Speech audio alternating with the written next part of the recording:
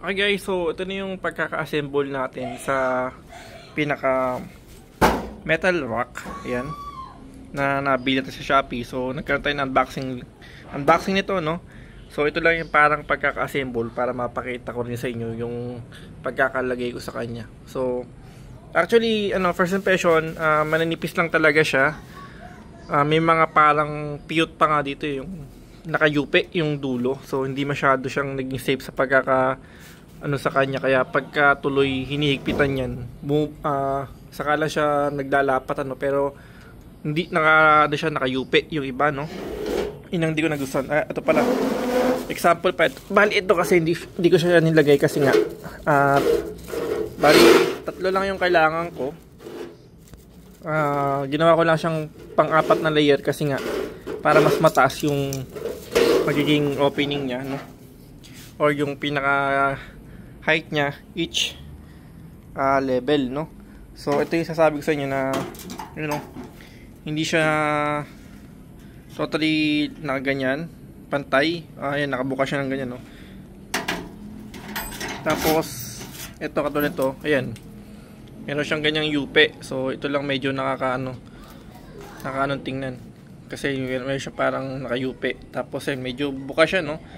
Pero naghihigpit naman niya pagka binagdikit nyo. Kaya lang, sabi ko nga, mas maganda pa rin yung talagang pantay siya or paganda pagkakalapat sa kanya, no? Para at least very smooth siya. Kasi pagka hinigpitan mo, parang nayuyupi yung gitna. Gitna kasi manipis lang kasi ito, eh. So, ayun. So, ito sobra to. Yan, extra natin yan. Ito na yung ating mismong gagamitin. So, bahala na kayo kung ganong height ng pwede nyong ipantay, ano? Ayan.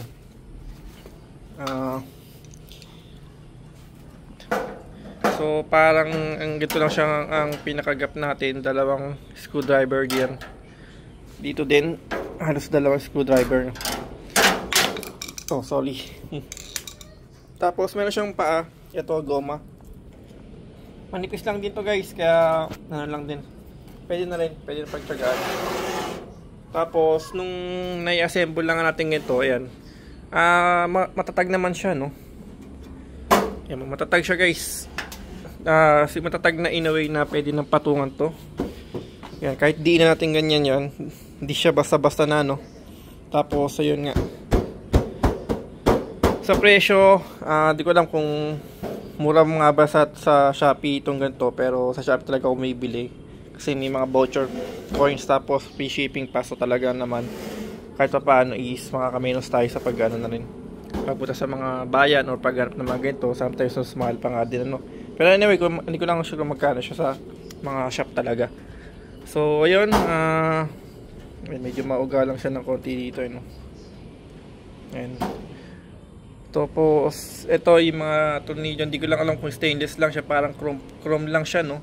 Pero plano ko dyan, i-sprayan ko siya ng paint para at least white din, para kasi baka nasa outdoor kasi tayo. So means outdoor ko siya ilalagay, maulan or baka kalawangin na sa bandang huli. So yun ang plano ko dyan, sprayan ko to ng pinaka white paint, no, para lang maging okay siya.